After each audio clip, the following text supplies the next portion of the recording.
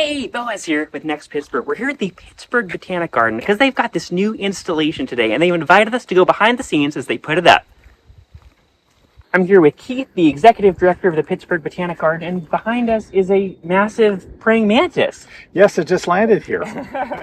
Welcome, glad to have you with us today. Yeah. And the praying mantis that you see here is called Manny in our verbiage, but it's part of our exhibit called Big Bugs and Pollinators that's taking place here at Pittsburgh Botanic Garden this summer.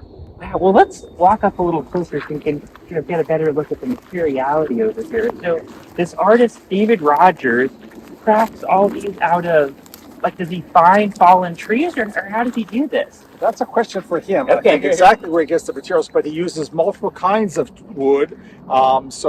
Cherry and cedar and black oaks and things like that, as well as some metal that just gives it support for the armature and the structure. Yeah, and every insect here has a relationship with some of the plants around it. It does. So here in the meadow, we have connected and explained a little bit about the ironweed or ironwood plant, and it is growing. It's flower. You can see it right there, very close up.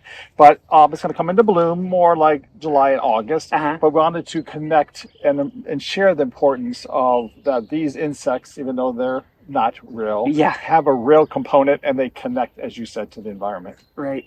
Gosh, very cool. And so, you might find a real praying mantis hanging out on this plant in another month or so. That's right. I know you have 1 week to install everything, and there are 10 of these. There is. So we've gotten 2 done every day. So we got 3 more days. We got 6 more to go. Okay, well, let's check out what else is going on today. Let's see them putting some of these together. And here we're approaching another creature in this lawn.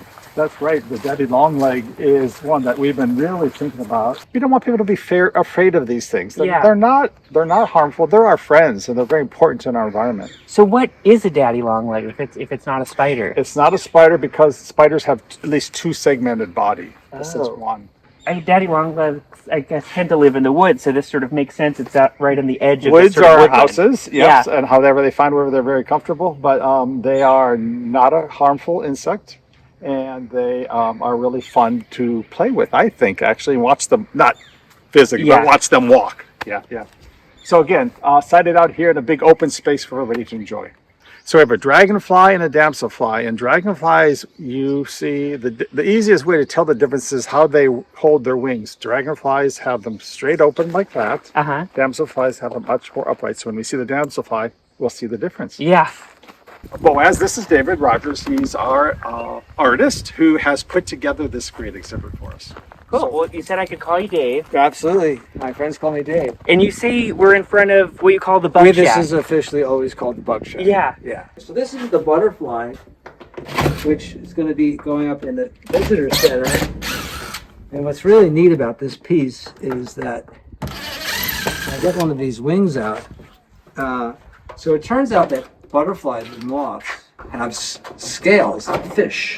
Oh, really? Yeah, that's where the colors, and they come in different colors. So that's, which I didn't know anything about. I wanted to make a butterfly, but then when I read that about the scales that create the texture of the color, I said, well, I need some material that's going to imitate or tell that part of the story, because I never do that, and neither did you. Yeah. So I had been collecting.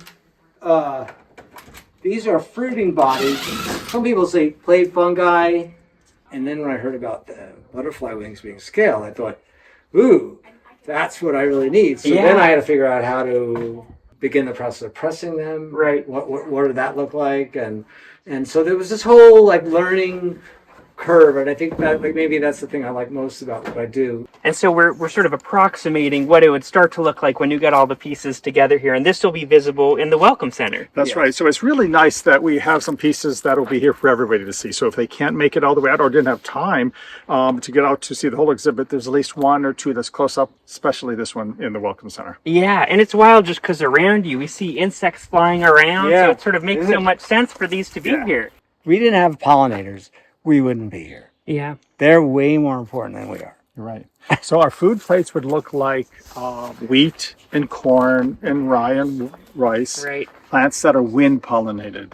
If we did not have pollinators pollinating the food crops that we eat. Right? Yeah. So the spiderweb behind me is one of the stars of the show. It's 12 foot by 12 foot when it's installed. So it's purposely made in these segments like all the other sculptures, so that we can make them in one place in my studio space in New York. Right. And then they can all fit into one single, all 10 sculptures and all the crates and everything fit in one 26-foot straight truck. Wow. Well, I wonder that when you're assembling something like this, is it like you're walking through the woods and you see some branch and you're like, oh, this could be a spider web, or you're like, I'm going to make a spider web, now I have to find the pieces? Yeah, I think from the very, very beginning, I wanted to use woods that could be representative of what that creature looks like in nature. Yeah. So I wanted to stay away from stains or paint or dyes or anything like that.